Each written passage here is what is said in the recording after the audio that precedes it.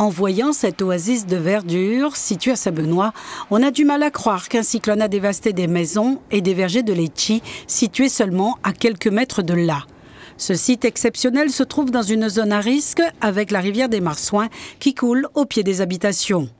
L'îlet Coco a été épargné par Garance, mais son restaurant bien connu, lui, garde les portes fermées.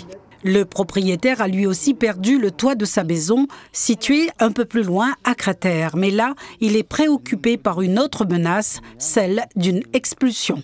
Il y a un truc que je ne comprends pas, en fait, on n'arrive pas à saisir, c'est assez contradictoire. Là, donc, le nouveau radier qui a été fait récemment sur les fonds publics, je veux dire, tout est fait pour sécuriser le site de l'îlet Coco.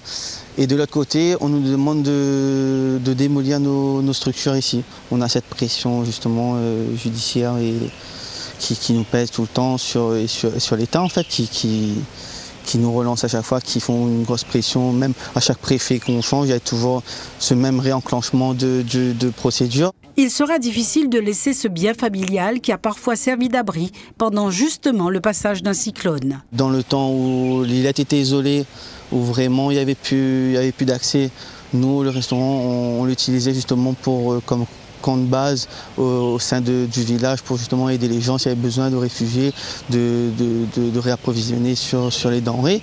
Et aujourd'hui, on ne comprend pas cette marche arrière, alors que tout est fait pour sécuriser le site, pour l'aménager et y développer le tourisme. Pour l'instant, plus de déjeuner rythmé par le chant de la rivière. On peut quand même profiter du site en pratiquant les activités nautiques proposées.